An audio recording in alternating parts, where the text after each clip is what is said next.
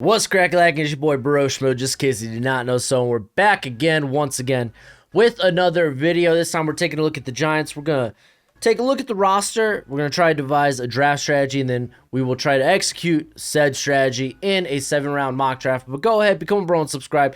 Leave that thumbs up if you enjoy the content. Helps the video out a ton. And let me know what you think in the comment section below. Just some quick stuff going over what you're gonna see on the channel this week and lead up to the draft, which of course we are streaming all 3 days. So be around. I'm gonna have some guests as well, which hey, that's kind of cool, right?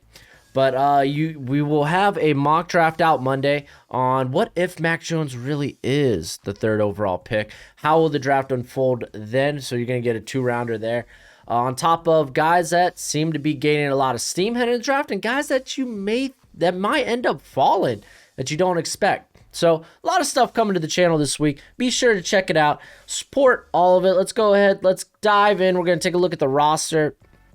And first and foremost, man, I feel like we need to address the offensive line a little bit. I just want to give Danny Dimes no excuses. That could end up in drafting a receiver, but I mean, they did bring in our boy John Ross the third, but yeah, I wouldn't mind bringing another receiver. I don't know if that's necessarily the way they go early. Andrew Thomas, he was looking good down the stretch, so I feel good about him. Nick Gates, I feel okay about, but he is a guy with a bit of versatility. He has experience at right tackle and right guard, so we could move him to that right guard spot if we can maybe get a center. Probably be looking at that maybe the 2nd round, possibly with guys like Quentin Miners, Creed Humphrey, those type of guys.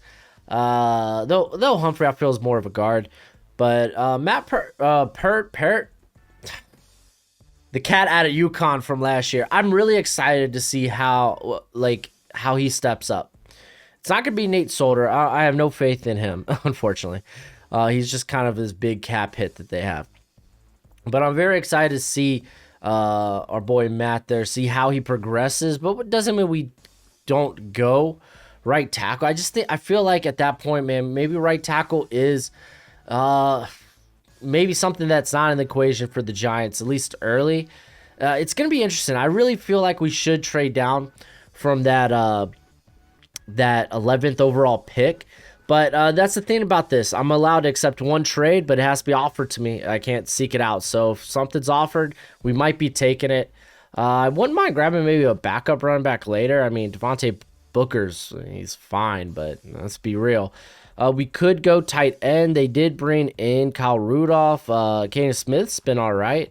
And Evan Ingram, I know he's got drop problems, but the cat's like he ain't half bad. He ain't half bad. Like when not having said drop issues. But I'd really be like Will Hernandez really hasn't progressed like I hoped he would. So maybe we're looking at the interior of that offensive line. In terms of the defense, man, we need to add pass rush. First and foremost, I think it was a great pickup to get Adoree Jackson. I actually like Darnay Holmes in the slot. And I know they'll also slip what was it? Xavier McKinney. Julian Love could also occupy that, but they got Ryan Logan, Jabril Peppers back on the back end there. Bradbury was amazing. But I really do want to get some pass rush. Maybe even someone in the back end. Or not the back end, but in the middle there with Blake Martinez. I know they brought in a couple of guys like Tay Crowder last year. They do have Reggie Ragland, which, wow. They also have Cam Brown, but those... we could always upgrade from that. I do want to bring in a pass rush. They do have our boy O'Shane from ODU. What was it last year? No, it was a couple of years ago. But he's more of a rotation guy. Lorenzo Carter is he's whatever. They did bring in Odenibo, but again, I have no problem with pass rush, and I feel better trading down because like you want to get in this draft, you want to get a pass rusher in the first 2 rounds because I think in round 3 they're gonna kind of be gone. You might be getting guys like Ronnie Perkins. Maybe in the 3rd. So if we're going to address that, we have to do it early. Then we're just grabbing developmental guys after that.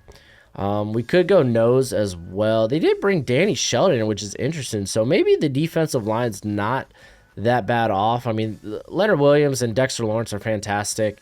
BJ Hill is an interesting rotation cat. Rotation guy. Rotation cat. Meow. But so I guess the plan's trade down, but if not, it'll be interesting what we can do out of that spot. So let's just go ahead, get this sucker underway. Christian Darsaw could be an option. I don't feel good about moving to guard. So I mean, I don't feel great about taking Rashawn Slater to have him play guard early. Like, I don't know. It's gonna be interesting. Let's go ahead and get started. See what we're let's see what we're working with first and foremost. Not a lot of picks, so trading down might be ideal actually. So let's start this sucker. All right, man. Draft is underway and trades are coming our way. I don't feel great about that.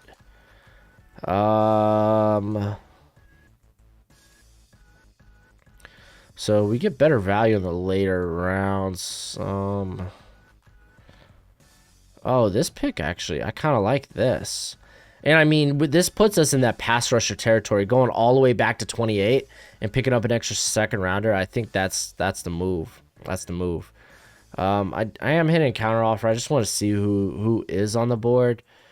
Wow, what are the Saints trading up for? Maybe J.C. Horn? Mac Jones? Micah Parsons is a thought. I mean, if we trade down like to 15 or to, yeah, probably 15, that he's probably in our range there. But I think it's very likely maybe the Eagles don't go that route. But, yeah, I mean, we could probably get him at 15. He is like a blue chip. We're really risking it by trading down because then what do we do in that 15 spot if he's not there?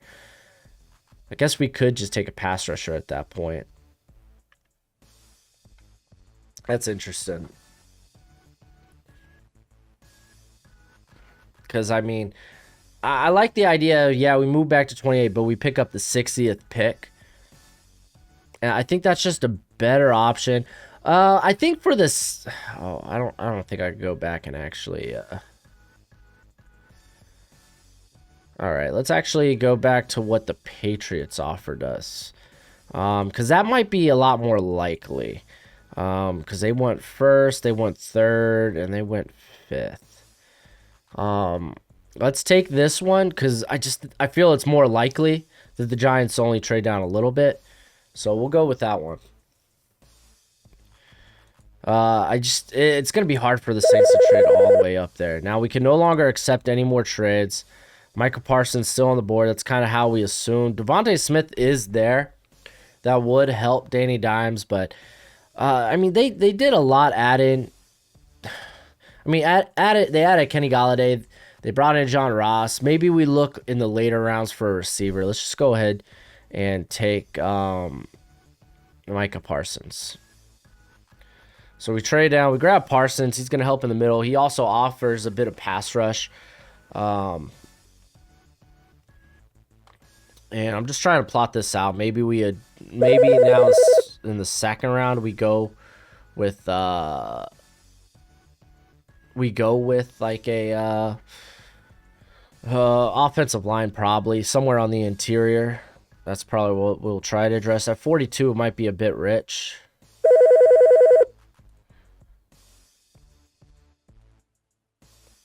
Always here. Do we take the Penn State Cats?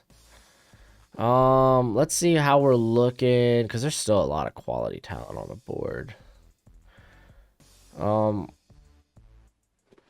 Let's see. I want to see interior. White Davis, Humphrey, Creed. Those guys are still available. Trey Smith would be nice as well. Maybe in the back end of or maybe even early in the third. Let's see. Yeah, I think Owe, if he's here, because I mean, Owe is a weird cat, dude. He's a weird guy because a lot of people, they're not sold on because of the lack of production. It's not necessarily a lack of production. Like, they look at 0 sacks and they think, okay, he wasn't productive last year, but he was very good against the run. He actually had a pretty high win rate and pressures. You can't just look at sack totals, but here in the second round, that's kind of a steal. So we grab back-to-back Penn State guys. So I don't think Penn State has any more prospects to really take at this point. So now we have the 76th pick, and then we have 96th. I'm watching intently. There goes Humphrey.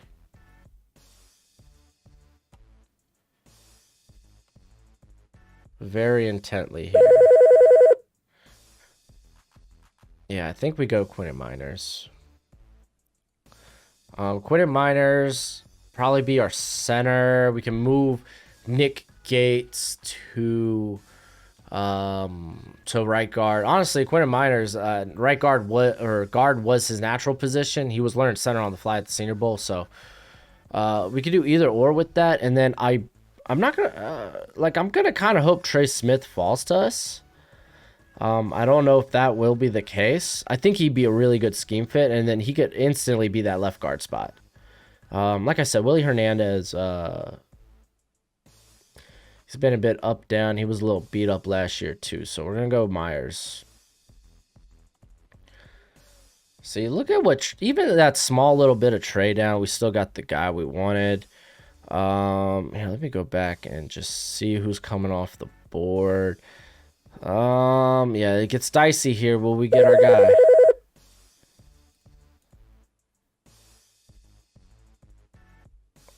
And yes, we will. I'm gonna switch back to my board. Just see who's. I like Kendrick Green a lot. I don't know if he's a good fit though. Oh, dude, Milton Williams would be really dope. Yeah, let's just go ahead. Trey Smith. Bam. We've addressed the interior big time.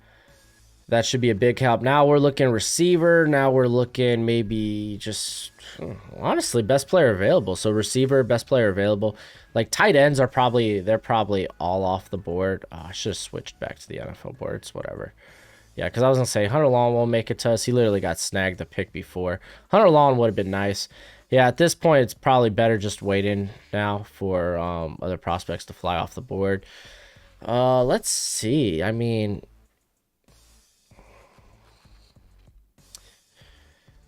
I really do want. We do want to pick up backup running back, but we're probably gonna do that a little later on. Austin Watkins is nice. That's another cat that might just fall though.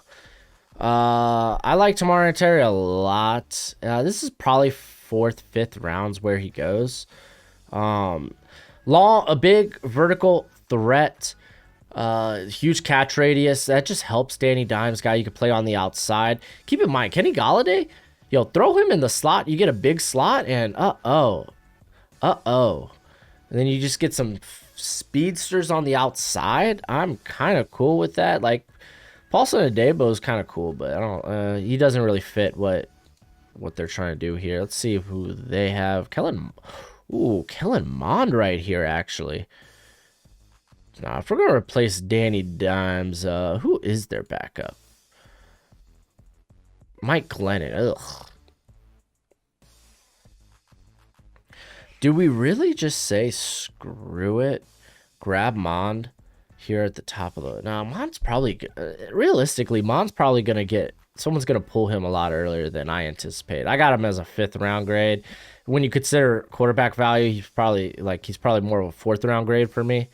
But, yeah, I could see him going day 2. Then again, quarterbacks fell last year too. Oh yeah, they're low on Tamari and Terry, aren't they? Yeah, they're low. Yeah, I'm gonna take Tamari and Terry. I think he's a good fit. I don't see Kellen Mond lasting. Yeah, there he goes to the Raiders. Raiders fans got mad when I think I picked up Kellen Mond.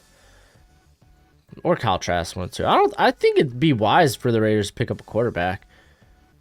Like, why not? You can't be that sold on Derek Carr. Like, he's fine, but why are you okay with just fine? A lot of edge talent still on the board. That's wild. Yeah, now here that edge talent's coming off.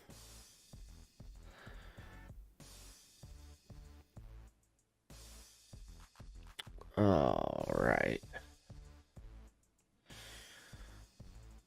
Go Seth. Seth Williams was another guy I would be okay with.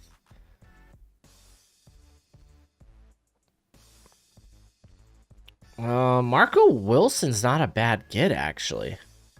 I kind of like the idea of Marco Wilson. Let's take a look at the big board, see who's left at running back. A lot of guys there are fine. Chris Evans might be someone we target. When's our next pick? He reminds me a bit of James White, so I think he could be used in that regard. Like,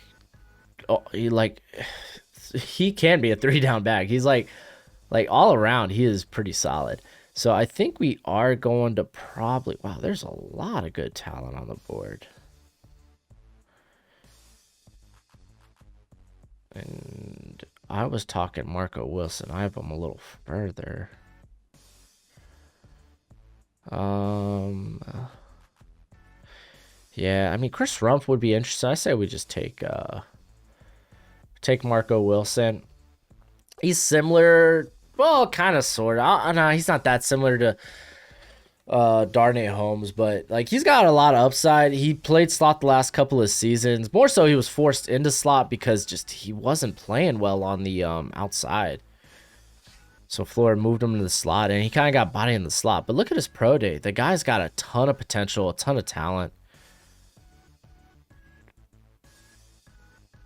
And I'm probably going to take Chris Evans. And you might notice, why haven't I looked at all towards tight end? It's just, I'm telling you, that tight end class really falls off. Like even here, this is Briley Moore. All right, let's go ahead. Let's grab Chris Evans. He may not be like my top run. I think he's the best complimentary running back, though, to Barkley compared to the other guys.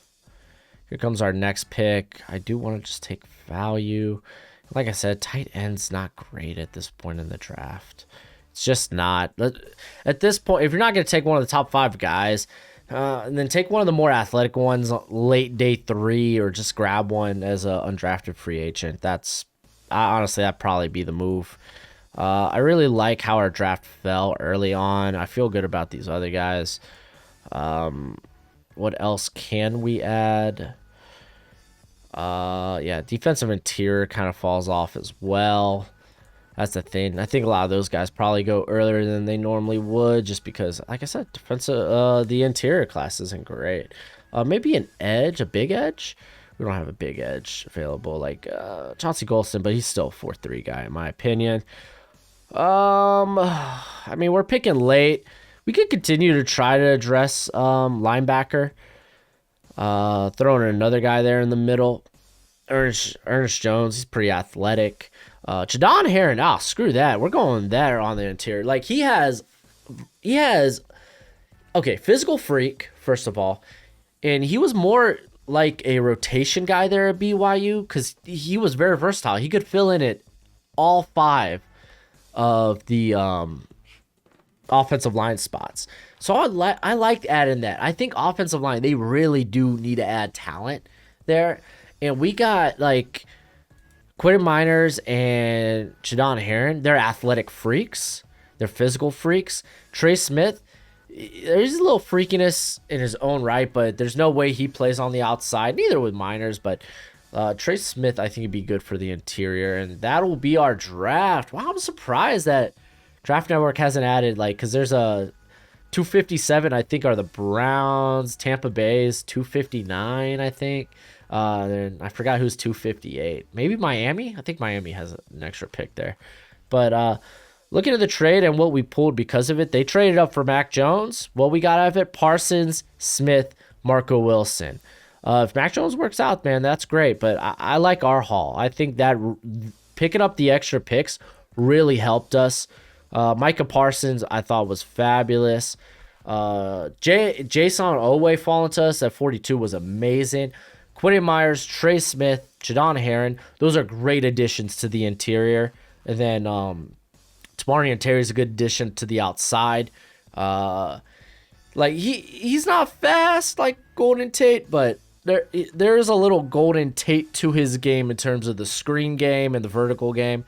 Marco Wilson's just, hey, man, just add talent to corner, man. It's the most important position on defense. It's the most volatile position in the league. Chris Evans, great addition. I think he could immediately be running back 2 there with Barkley. That way, it's not all on Barkley's shoulders, dude.